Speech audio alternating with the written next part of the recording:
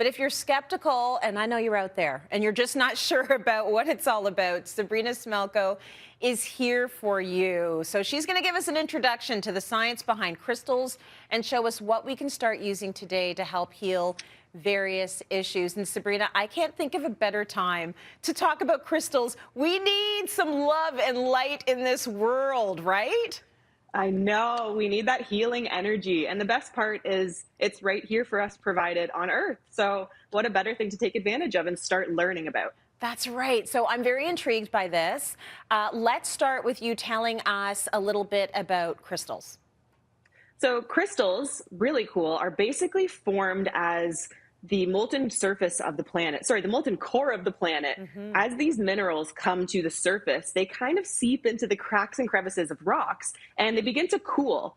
And as they cool, if they're able to get into a formation and a pattern where they're in the best possible state of balance at like an atomic tiny level, that's when crystals form. And once they're formed, crystals are actually the most stable and organized form of matter on the entire planet. Oh, I like that. Okay, explain to us how crystals interact with the human body. Right. So I understand it sounds kind of bizarre, but essentially the body is a series of interacting crystal structures. So at a very atomic level, all living things are vibratory beings, and we all have an electromagnetic field around us. So the short magic of the science is that every cell, gland, and function of our human body has some degree of crystalline function, and it has a frequency associated with that. And over time, with quantum theory and geology, we found that there are certain frequencies of stones and of color that are actually associated with the prime state of each organ, cell, and gland in our body. So essentially, when you bring certain stones into your electromagnetic field, your energy gets impacted, and we can easily absorb with and interact with all different stones, and no two stones are alike. So they do all have very different healing implications. Okay, so I don't outrule anything when it comes to good energy. I want the good people, the good stones, the good vibes. I want all of that stuff around me. So I think it's lovely that you might be able to use this as an outlet to bring more of the good to you. So we've got, I've got the primary 7 crystals right here, which is very cool, because you're going to walk with us sort of, and explain to us how these stones are associated with our chakras. Exactly. So for a little bit of information, chakras essentially function like power stations inside of our body. And while we probably have like hundreds or thousands of them, there are a primary 7 that kind of fall along the midline of our body, starting at our tailbone and ending at the crown of our head. It really goes up the whole column of our spine, called the Shushumna in Sanskrit. And essentially there are 7 stones associated with each of those 7 points. So the very first stone is for your root chakra, which sits at the base of your tailbone. And this energetic center is all about grounding. So if you find that you feel isolated, you feel apathetic, you don't feel like you have a place in this world, you are going to benefit from red tiger's eye.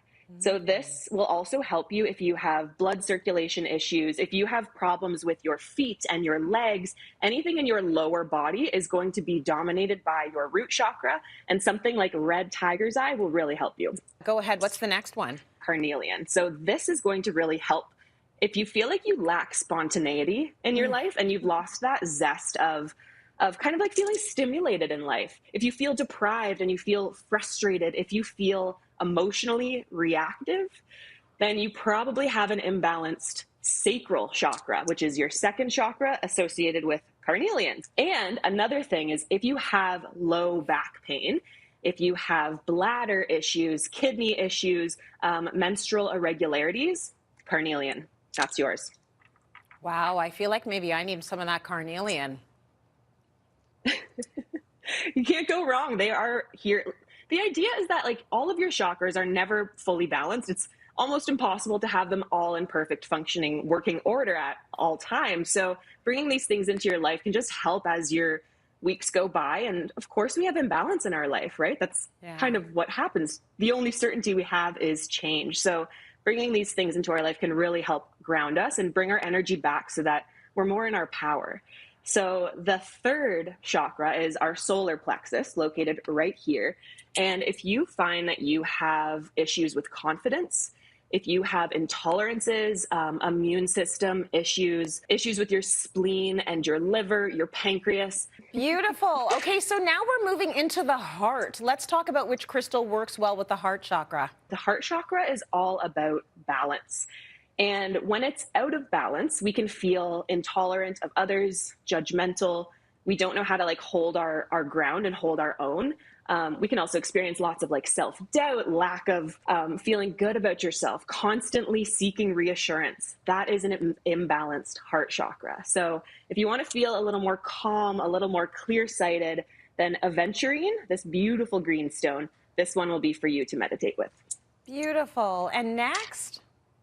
Next, we have Sodalite, which is for your throat chakra. So this is the fifth chakra, or sorry, yes, my apologies. That is the fifth chakra. Got my numbers backwards today. Clearly, I need this one because it is all about communication and clarity. Sabrina, the last two of the seven are amethyst and quartz crystal. One's the third eye chakra, one is the crown chakra. And I'm going to put this information at cityline.tv for all of our viewers, but I got to ask you a burning question because we're out of time. What do I do with these? Like, am I rubbing them on my chest? Am I, like, what do you do with the stones once you have them to make them work? Of course. So first thing you want to do is cleanse them. They came to you and gathered lots of energy on the way. So rinse them under running water. Any kind of running water will do. And then there's a bunch of different ways you can use the energy. You can meditate with them on your body in specific alignments. So if you were using amethyst, you would actually meditate with it on your third eye because it's associated with that chakra. You can also make gem essences, which essentially you're soaking the gems in water, which you consume. You can make elixirs or hydrosols and body sprays. Or if you like to add it to more of like a self-care routine, I'm sure you guys have heard of gua sha. These are made of natural stone. I love using a facial gua sha made of green jade because it pulls toxins out of your skin.